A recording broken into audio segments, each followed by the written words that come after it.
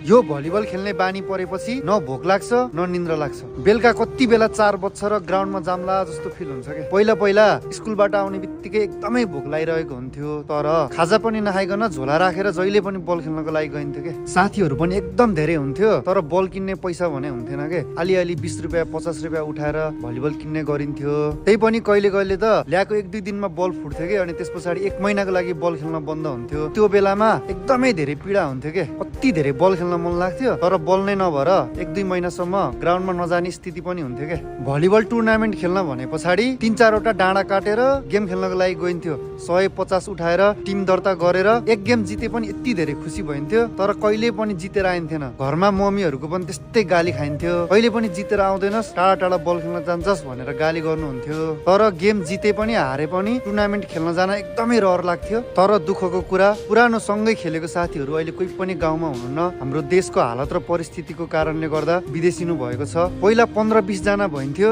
बल किन्ने पैसा नभएर बल खेल्न पाइन्थेन। अहिले सायद 15-20 वटा बल किन्ने क्षमता छ होला, तर सँगै खेलेको साथीहरू अहिले साथमा हुनुहुन्न। पहिला पहिला 4 बज्ने बित्तिकै ग्राउन्डमा गइन्थ्यो, अहिले 4 बज्दा विदेशमा साउको काम गरिराख्नु परेको छ। समयले गर्दा साथीभाइलाई अलग गराए पनि भलिबलसँग भने कहिले पनि अलग हुन सकिएन। यदि तपाईँहरूले पनि पहिला साथीहरूसँग यसरी नै भलिबल खेल्नु भएको छ भने कमेन्ट गर्नु है त। जय नेपाल, जय भलिबल।